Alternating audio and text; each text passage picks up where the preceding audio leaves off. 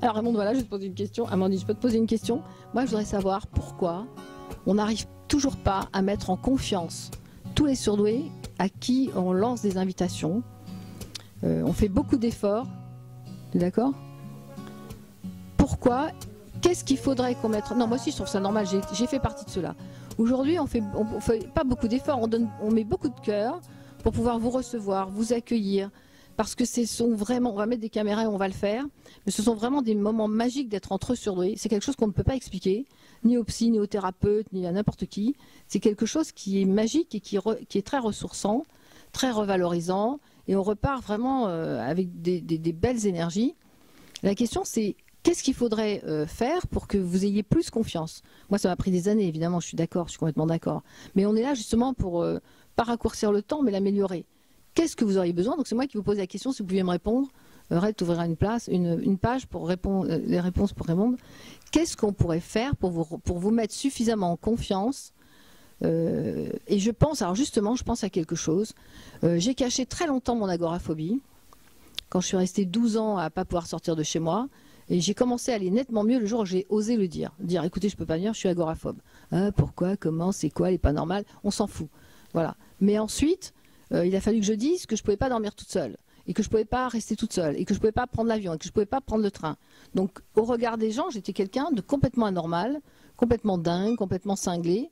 Mais je me suis aperçue qu'il y avait des personnes, quand je disais, vous savez, je ne peux pas prendre l'avion, ou je ne peux pas, que j'étais dans un état comme ça, aux yeux de la norme lamentable, qui n'en avaient rien à faire si je ne prenais pas l'avion ou si je ne prenais pas le train, c'était vraiment pas leur histoire.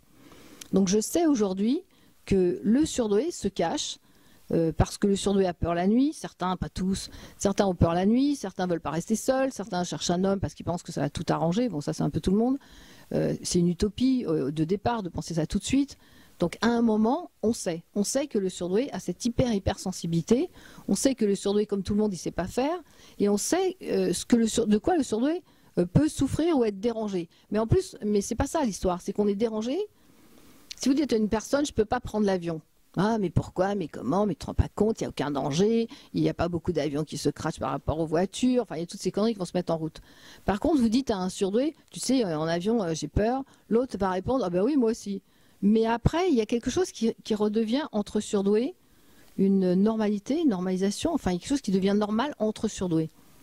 Et c'est là où toutes ces fausses angoisses qui sont c'est même pas des symptômes, sont même pas des vraies phobies, parce qu'entre surdoués, ça n'existe plus. Voilà. Dès que la personne est comprise, ça n'existe plus. Donc c'est ça le message que je voudrais vous dire, et vous demander qu'est-ce qu'on peut faire encore, et on fera, pour que vous n'ayez plus honte de tous les symptômes qui ont été créés par le désir d'être intégré socialement.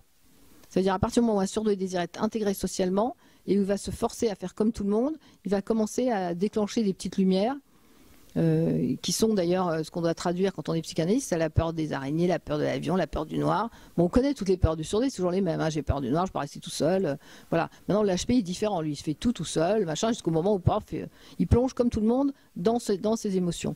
Donc, arrêtez d'avoir honte de ce que vous ressentez, puisque c'est commun pratiquement à tous les surdoués. Et de là, les surdoués vont vous accueillir...